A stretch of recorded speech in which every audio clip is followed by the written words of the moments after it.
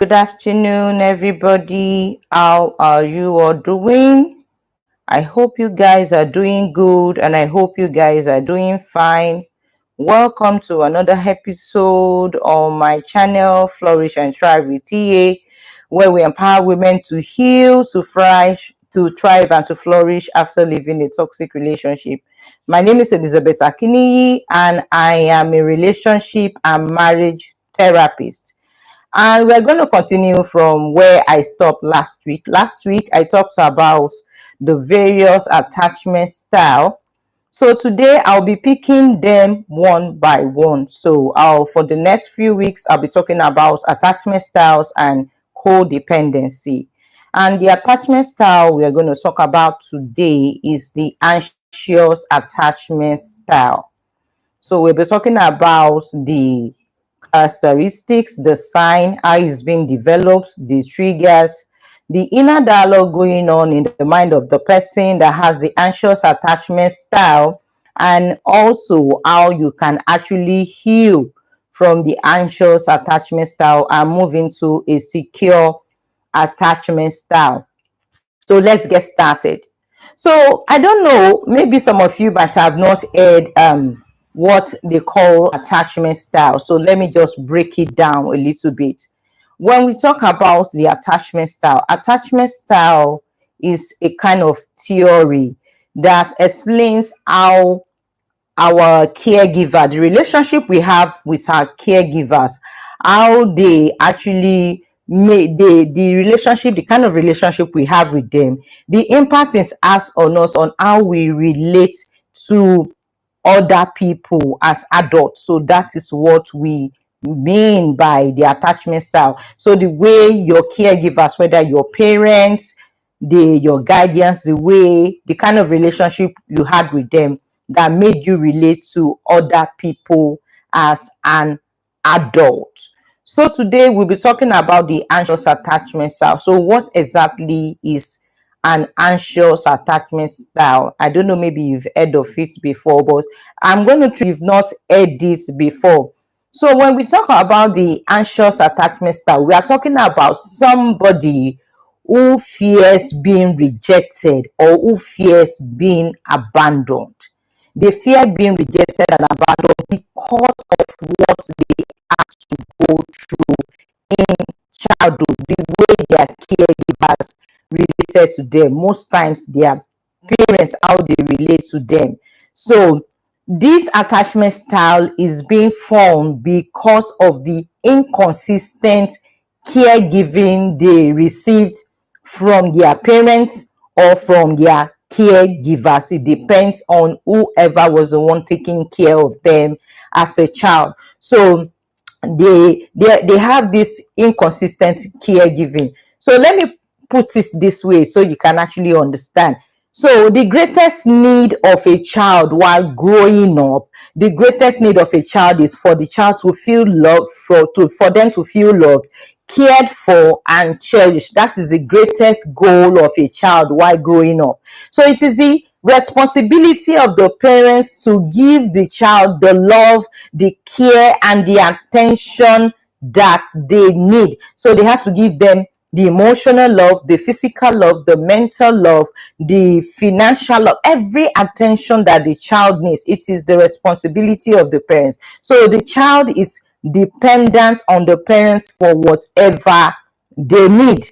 So when a parent does not give the child the exact love it has to get, so maybe the parents, they are warm today, they are kind, they are affectionate, they hug them, they tell them they love them, and in another instance these parents are distant, they criticize the child, they scream at the child, or they are being critical, such a child will have this mentality that love is unpredictable. So they believe that it is only when they do something good, that is when their parents would actually give them that appraisal or the approval they are looking for. Let me break this down. Let me explain this in a life example so you can understand.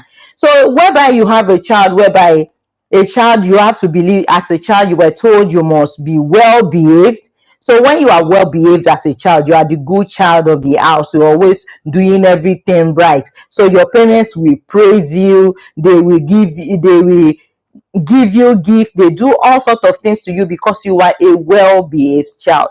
But on the other hand, when you start airing your emotional needs, maybe you start crying, and instead of your parents to try to find out why you are crying as a child, they might eventually scream at you, or eventually they might beat you up. My parents did that to me too when I was a child. When I am crying, instead of them to ask why are you crying, they would the next thing you will hear is slap. The first time, if they ask you why are you crying and you keep crying, and they ask you again, they are not going to ask you the third time, they are going to give you a big slap. So in such a way, the child will learn to shut down their emotions, because the child will look at it from this dimension that every time I try to say I am feeling this, I am feeling pain, or dad, mom, I want to talk to you, I need a listening ear, my parents will always scream at me, my parents will always shout at me. Such a child will learn to shut down their emotions just to make the parents praise them, because they've noticed that it is only when they are doing something, or maybe they are getting good grades in school, or maybe they are doing their household chores, or maybe they are anything good, or maybe they're cleaning their rooms, they are washing the place, they are doing everything that their parents expect them to do. That is the only time their parents will appraise them, or will tell them good boy, good girl. They will tell them I love you, you are a good child. They will take them out, they will buy them gifts. But whenever they try to air their emotional needs, or say, dad, I'm feeling this, I want to talk to you, I don't like what you're doing, their parents will scream at them, their parents will say all sorts of things to them. So in such a situation, the child will start thinking that unless I behave well, my parents will not love me. So they have this mentality as a child that I don't know when I'm going to get love from my parents, so I need to work for it. So they have this mentality that love is conditional, not unconditional. Love is unconditional in the normal sense, but from the treatments they were getting from their parents, they now see love as something they have to work for. So because they have to work for that love, so they tend to do things that will make their parents love them. So they shut down a part of themselves, they silence that part of themselves, so as to always get their parents approval, to get their parents love, so that they will say, oh, they are the good child. So most of the time they fear that if they speak up, or if they fear that they say things about themselves, or they air their emotional needs, their parents are going to leave them. So they tend to become clingy, they tend to do things that will make their parents love them. So they carry this into childhood because they fear people leaving them. So most of the time they shut down, they don't really bring out that other part of themselves, that emotional part of themselves is shut down. They crave love, they want attention, but they don't know the right way to go about so they believe that it is only when I work for love, that is when I will get love. So you find such people in a relationship, they are people's pleasers, they will do anything to please you as long as you stay with them, because they don't believe that if they don't do anything, you will stay with them. They believe if they have to do something, they have to do everything, they have to fix everything in a relationship, so that relationship will keep going. And most times they lose their self-respect, they lose their self-worth, because they are always seeking constant validation, they are always seeking constant reassurance. They need that reassurance for them to feel worthy, because the emotional needs, the emotional gap that has been left unattended to by their parents, makes them feel unworthy about themselves. So they don't feel secure in themselves, they don't feel confident in themselves, because they didn't get that constant appraisal from their parents. They only get that appraisal when they do good things, But when they actually need their parents' emotional support, their parents were not there for them. So they tend to shut down completely. They tend to shut down completely that side of them. So they are afraid to actually bring that side of them out. Although they crave for that attention, they crave for that love, but they go about it believing that they have to earn it. So that is the way it develops. So what are the signs of somebody that has an anxious attachment style? So there are numerous signs, and I'm going to mention some few that comes across to my mind. One, they overthink things in a relationship.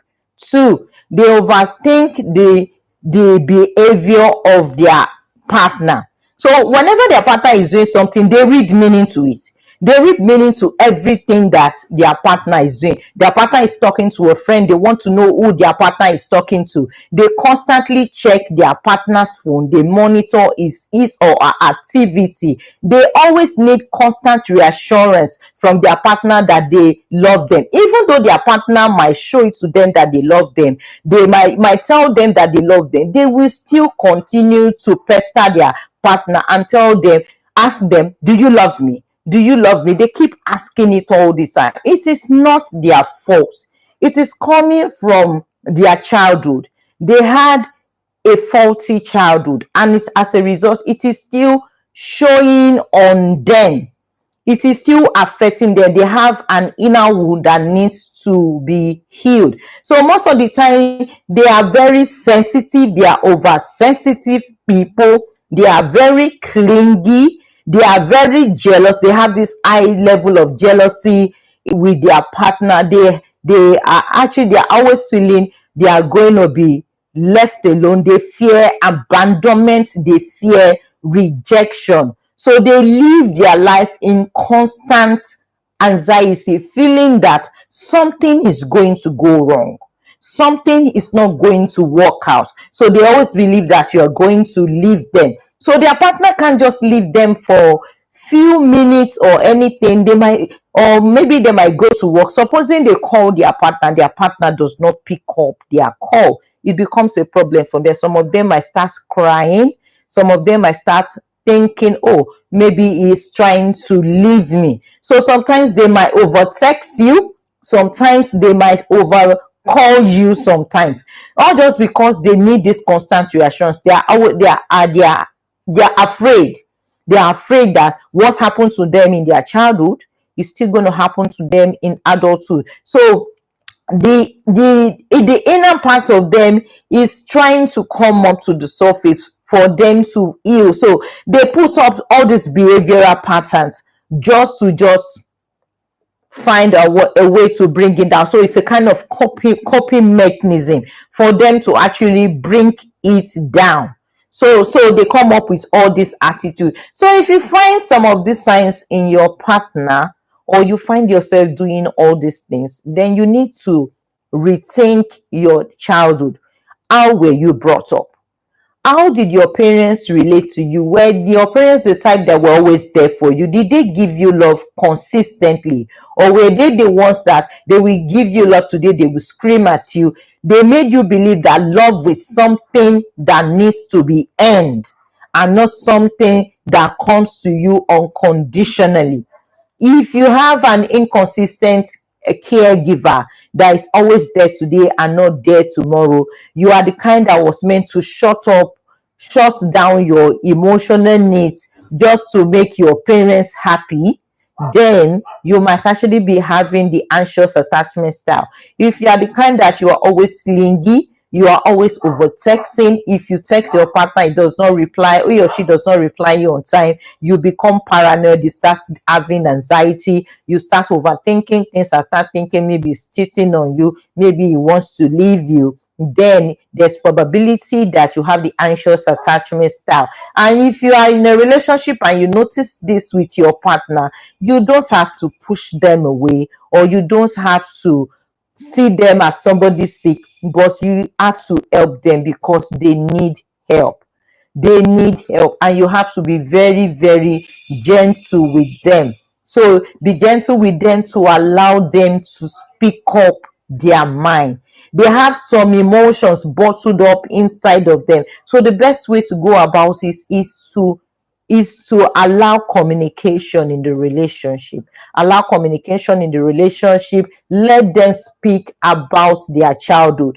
Create a safe place, an environment where they will feel so safe enough to talk about their childhood with you. And when they talk about their childhood with you, don't judge them, don't discriminate, don't make them feel unsafe, but rather encourage them to go for therapy. So such people, they have internal dialogues, and some of the things they say inwardly towards themselves is that, what did I do wrong? Especially if they see their partner withdrawing. Maybe they call their partner is not picking up the call. They start feeling anxiety, and they might start feeling maybe they've done something wrong. So one of the things they tell themselves is that, what did I do wrong? Another thought that comes into their mind is that, I need to fix this quickly before, or else they will leave me. Because their sense of love is coming from an unconditional side. They believe that love has to be earned, because that was the conditioning, the programming their caregiver gave them. Because as a child, they becomes very hyperactive, hyper aware of their caregiver's mood. So they study their caregiver. So they tend to look at what their caregiver is doing. So with that way, they tend to like readjust their behavior to gain their caregiver's approval, and to do things that will not actually make their caregiver disapprove of them. So they become hypervigilant. So that's the reason why they overthink things. So they come up with behaviors and attitude to fix situations. So most time they are people's pleasers. They are people's fixers. They always try to fix everything in a relationship. They try to fix everybody except themselves. So because their validation is coming from that person loving them, showing them care, showing them affection. So they tend to believe that, if I don't fix this, they are going to leave me. So I need to fix this before they leave me. So they also believe that, if I let them be by themselves, they would actually leave me, or they will actually move away from me. So they don't give their partner a breathing space. They are all over their partner. They are always everywhere with their partner. They don't allow their partner to be by themselves. So they always want to make sure that they hang out together, they go to the same places together, they do everything together. I'm not saying there are some couples, there are some secure and healthy relationship whereby you partners, they do things together, they hang out together, they have friends together. But this case is different. This case is different in the sense that this person is feeling insecure at all times. So it's very difficult for such a person to have their own friends. So if they have friends, their partner must be friends with their friends. So they want to see the partner every time. They want them to be close to them because they can monitor them. That is when they can feel at ease, because they believe the moment their partner leaves them, the partner would actually be doing something else behind their back. So they are not secure, and they find it very hard to trust people. They don't trust people. They are coming from a sphere of lack of trust. I was once like that. I've already talked about my story, how I went through childhood trauma, and I developed this attachment style. I was always clingy in relationship, and I always met up with men that are quite avoidant. And when I'm in a relationship where the man is always lovey-dovey, giving me all the attention, I'm not happy. So because I always believe that I need to do something. There's something I need to do to make this relationship work, because when the man gives me the love unconditionally, I feel so I feel uneasy. So I don't feel comfortable. So most of the time I do things that will self-sabotage the relationship, because even in an healthy relationship, I still feel insecure. I feel insecure in everything I do. I just believe that something is going to go wrong, something is going to go wrong, something is going to go wrong. And as a result, I will always do things that will sabotage the relationship. So they have this inner dialogue that I have to fix the relationship or else they're going to leave me. Or did I do something wrong? Do they still love me? They keep asking that question. Do they still love me? Because they are needing constant love, because they were not giving consistent love as children. They have this inner dialogue that if I leave them for some time, they are going to move away from me completely. Yes, I went through all this, and all what I'm saying right now is bringing back memories. It's bringing back memories. There are some things I did which which are not so good. So as a partner, as somebody, they have triggers. These people, they have triggers. So if you're in a relationship with them, you need to understand the triggers, what triggers them.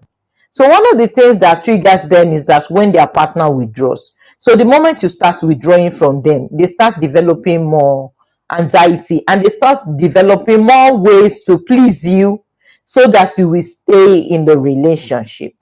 So they feel like as if, oh, it's just like this. They always have this feeling that you're going to leave them one day. So when they see you withdrawing, so they start saying that, oh, what I thought about as it started happening to me, just like Job said in the Bible, what I feared most is actually happening to me. So they tend to do more. They will tend to do things more so that you will stay. And the more they tend to do things more, you get overwhelmed, and they become too clingy. They become too pushy. And as a result, the man continues to withdraw. The woman continues to withdraw because the love becomes kind of suffocating. And another trigger you need to watch out for if you're in a relationship with and somebody with an anxious attachment style, another trigger you need to be aware of is that when you don't take them along in your daily activities, especially if you are married to somebody with an anxious attachment style, they tend to start feeling anxious. They tend to start feeling that way. So you need to carry them along in your plans. You need to let them know what you're doing, because the moment you start shutting out some things you're doing in your life, you're not involving them in your life, they feel left out. So they start having the fear of abandonment. They start having their fear that, oh, you're about to leave them, that you're about to move away from them. And energy, and the way energy works, energy moves where you put your attention on. So when you're having thoughts that he's going to abandon me, he's going to abandon me, he's going to leave me, he's going to leave me, that is where you're focusing your energy upon. So as a result, you're feeding that thought. That thought will result into actions, and you will begin to put up actions that will make the man leave. So you need to come to a basic understanding when you are dealing with somebody with the anxious attachment style, that in everything you do, you have to carry them along in your plans, especially if they are your spouse. Because when you don't carry them along, they start feeling fearful. They start having those feelings that you're going to leave them. And that's when they start coming up with behaviors that will make you leave them. So you have to understand this trigger, the two triggers when you withdraw from them. The second triggers when you don't carry them along in your plans. And the way the attachment styles works, it has impact on the relationship. It has impact on the marriage. It has a way that it destroys the marriage. One of the impacts of it is that it tends to overwhelm the other partner. Because when you have a partner who needs constant reassurance from you to feel secure, it becomes something that becomes overwhelming. You tell them today you love them, tomorrow you love them. They keep asking you, do you love me? Do you love me? Any little mistake you do, they start feeling fear. They start crying, they start blaming, they start criticizing you, telling you you are going to leave me, I know you're cheating on me, and you're trying to make them understand that this is not the case. You try to explain to them, you try to do so many things to calm them down before they can believe you. Such a situation